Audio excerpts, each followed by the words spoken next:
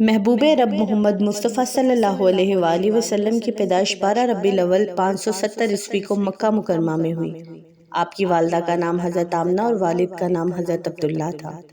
آپ کے والد آپ کی پیدائش سے پہلے ہی وفات پا چکے تھے۔ آپ کی پیدائش کے وقت کئی معجزات رونما ہوئے، جیسا کہ حضرت آمنہ بیان کرتی ہیں، جب آپ صلی اللہ علیہ وآلہ وسلم پیدا ہوئے تو ان سے ایک نور نکلا جس نے شام کی سرزمین کو روشن کر دیا۔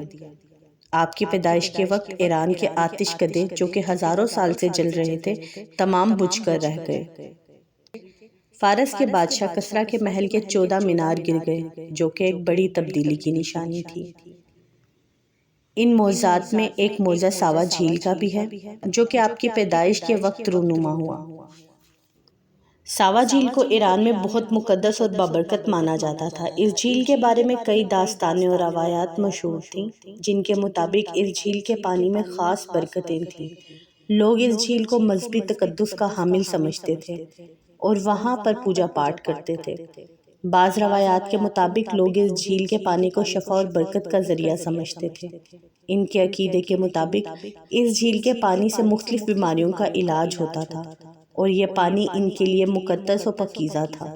جب آپ صلی اللہ علیہ وآلہ وسلم پیدا ہوئے تو اس جھیل کا پانی اچانک خشک ہو گیا۔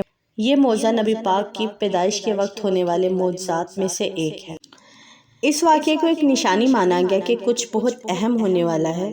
یہ معجزہ حضور اکرم کی پیغمبری اور ان کے آنے والے دین کی پہلی نشانیوں میں سے ایک تھا۔